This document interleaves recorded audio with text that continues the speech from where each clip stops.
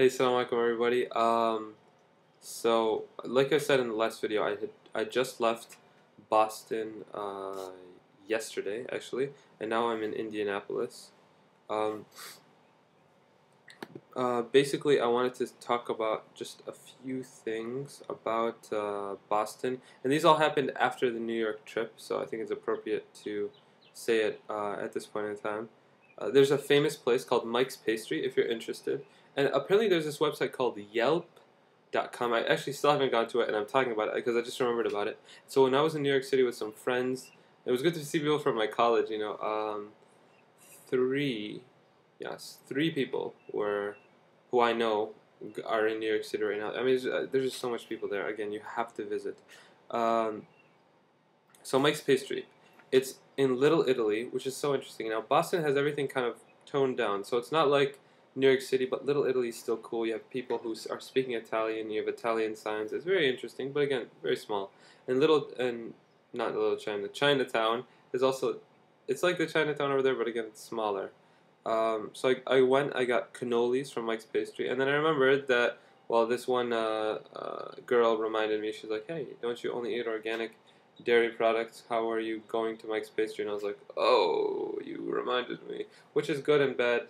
I mean, it's good because, yes, I should keep to that, and it's hard to adjust to America again in that aspect, but it's bad because it did taste good. But it was expensive too. It was like $2 or $3 for a cannoli that big. But again, good stuff. Um, when we went out, we prayed in the Boston Commons area. We prayed Maghrib there. It was so beautiful. There was a cool breeze and a nice feeling. And a friend from the UK said that Boston Commons looks like Hyde Park. Now, I didn't get a chance to go to Hyde Park in London, but hopefully I'm planning on stopping by London on the way to Germany if all works out. And I really want to take a stroll over there. Stroll down there or in there. I don't know the preposition in English that's correct for that. When we were walking, I was talking about diversity with some people, and we had some females with us who had scarves on as we were going in a group, the program, and I heard someone say, "Whatever happened to white America?" Said this in the background, and I couldn't help but laugh, and wonder, how is this racism still here? So, because I had forgotten about it, and I just wanted to turn to the person and say, I'm sorry, you must be illiterate. It's obvious that you do not read. You don't read history, and you don't know anything about your country and its past, because there's no such thing in my mind as white America.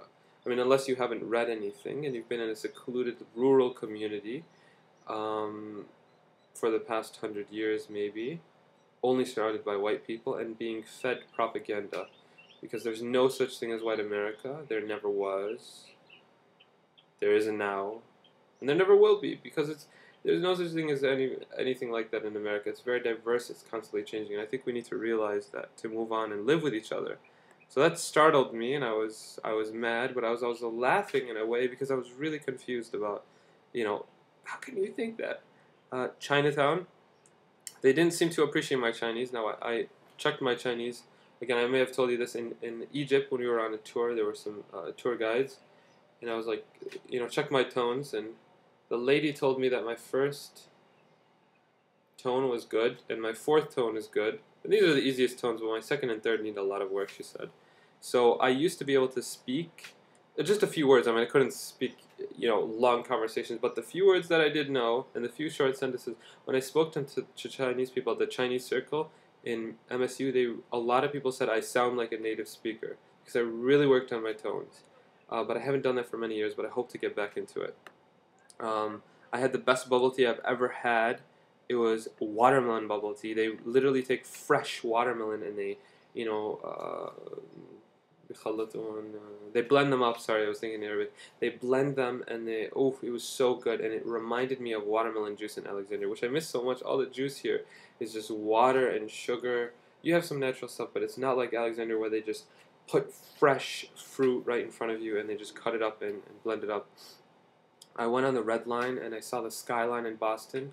Now I saw this going one way and then we went back just for the sake of seeing the skyline at night. It's really beautiful going across the river, and I believe it's the Charles River that we went over. Really nice, really nice. Both sides are really nice.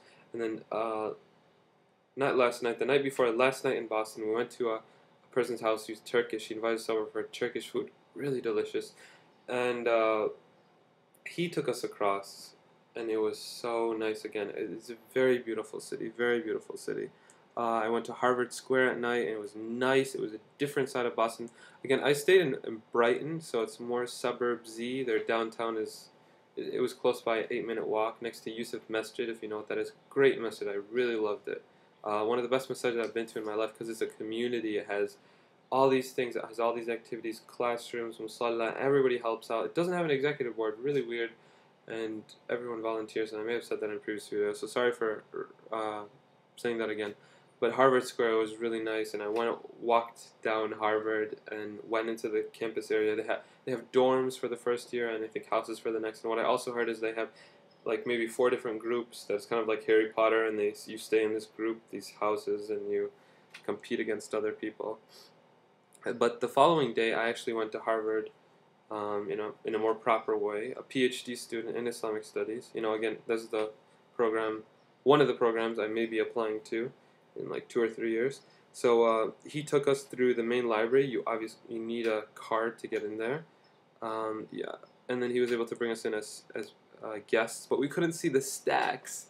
I mean, that's where it's at. The stacks of books. It's the Harvard Library. They have more Arabic books than the Library of Congress. So this is a place where I would love to get access to those books and the manuscripts there. Even though I'm still not very good at reading manuscripts, just okay, can spot some words, and only for the Eastern, because there's different scripts. But anyways, that's another issue. You can see the catalog for free online. Now, Princeton has more Persian books than Harvard, though. So Princeton also a very good place. There's Borrow Direct, which is a program.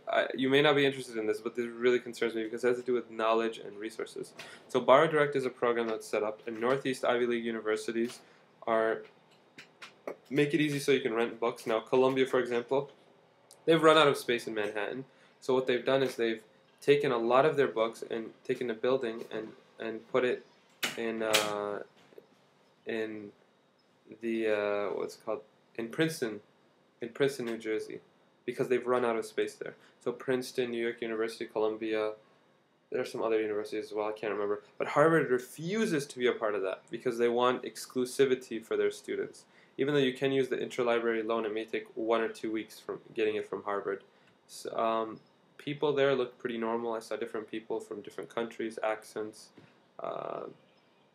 No stereotypes developed there in Harvard, It was just pretty normal.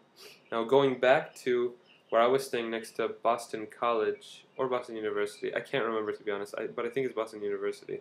We were staying in areas where a lot of college students were there, especially Russians, and I heard a different ruckus at night.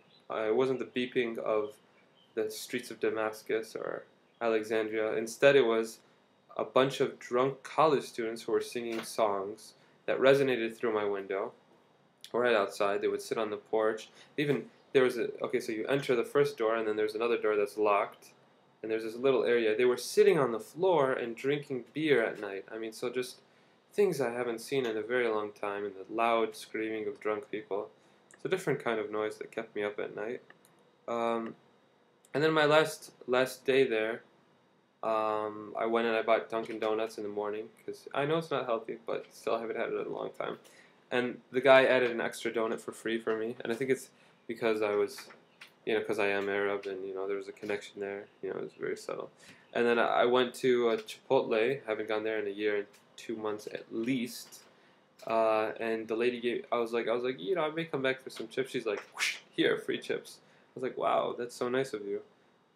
Would that happen as often in the Middle East? I don't think so. They're family-owned businesses, mom-and-pop shops. There's fewer franchises. Here, the worker looks at their watch till the end of their shift, and it's like, oh my God, it's 5 p.m. So they don't really care about giving out resources, and they even look at their manager. If the manager's not there, they act differently. I used to work at Subway, so I know. Yeah, I'm just going to end it there. So Boston was beautiful.